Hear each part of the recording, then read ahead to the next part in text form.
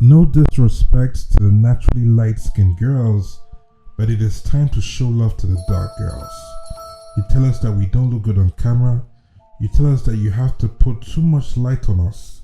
It is something that bothers me a lot because I'm never gonna be light-skinned.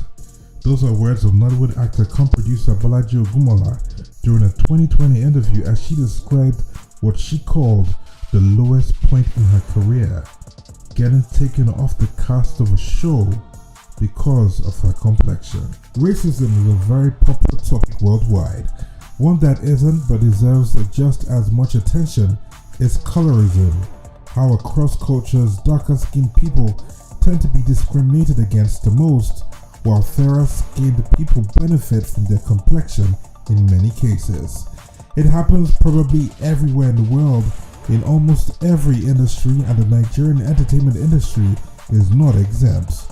To explore colorism in Africa, Nollywood actress Beverly Naya released a documentary titled Skin in 2020, which was birthed a few years after she kicked off her colorism campaign to teach young black girls about self-love and acceptance. But then, in the sector that many, like Beverly Naya, have made a name for themselves, when it comes to light and dark-skinned, are the skills for love and acceptance truly balanced? Does Nollywood give preference to light-skinned people? Does being light-skinned get you more roles in Nollywood? I wanted to be an actor. In this interview with veteran Nollywood actor Ramsey Noah, he explains why complexion plays a major role in film casting. Of course, it depends on the character created by the writer. Of course, it does. Complexion will definitely influence. I mean, because if you have a background coming from, let's assume that you are from Benin or from Benue States, you know, for the love of God, why would you be yellow or mixed blood or half caste? Except, of course, there is something in the story that says that's what it is. But otherwise, of course, when the writer writes, and then there is a character from a certain place, it will influence the looks. Most importantly, looks, mannerisms, gestures, way of life, thinking, all of that. I snapped their necks. When you take, you give.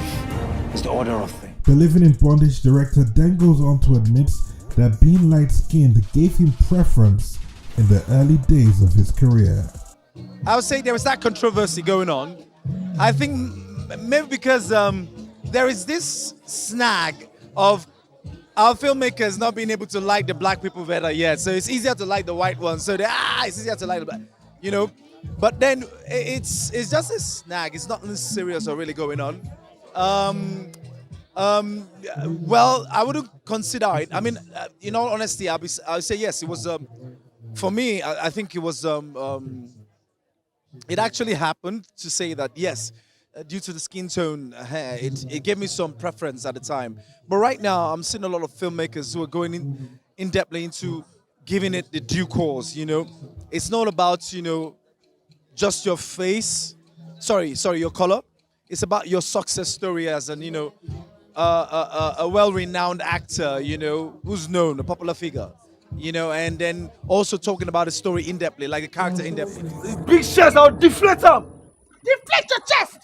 On the contrary, veteran actress Shola Shobuali claimed to not have ever witnessed colorism in Nollywood, explaining that getting cast for a role is more about being fit for that role.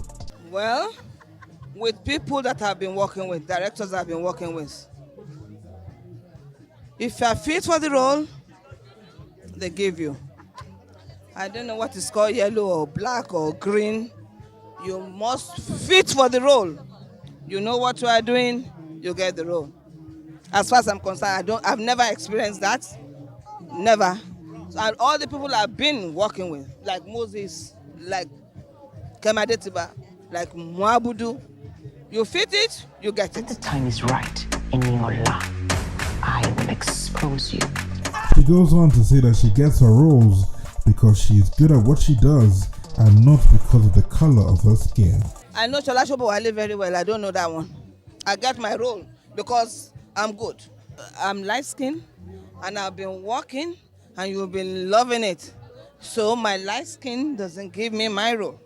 It is my hard work that is giving me my role.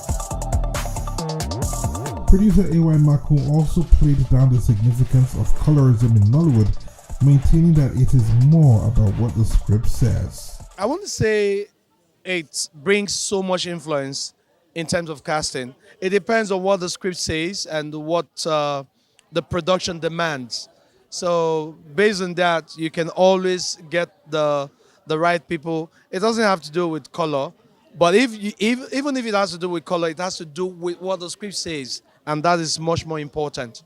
No such thing. This is Nigeria. Black is king.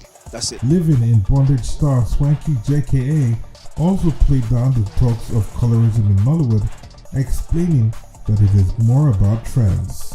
Oh, definitely. People should stop complaining. It's about trends. There are times when, as a fashion model, we knew that our albino models would sell more.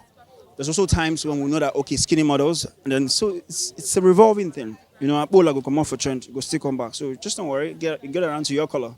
Thank God I'm in between. Mr. Richard, yeah, amazing party you have yourself. Many of the people that we have spoken to insist that colorism doesn't exist in a Nollywood, but a few that claim to have experienced it would hurtfully tell you otherwise. Are seen as less beautiful, less desirable, and are therefore made to feel inferior. These may have a growing problem in Nollywood, and hopefully it is one that we will be able to contain before it gets out of control. You want a show?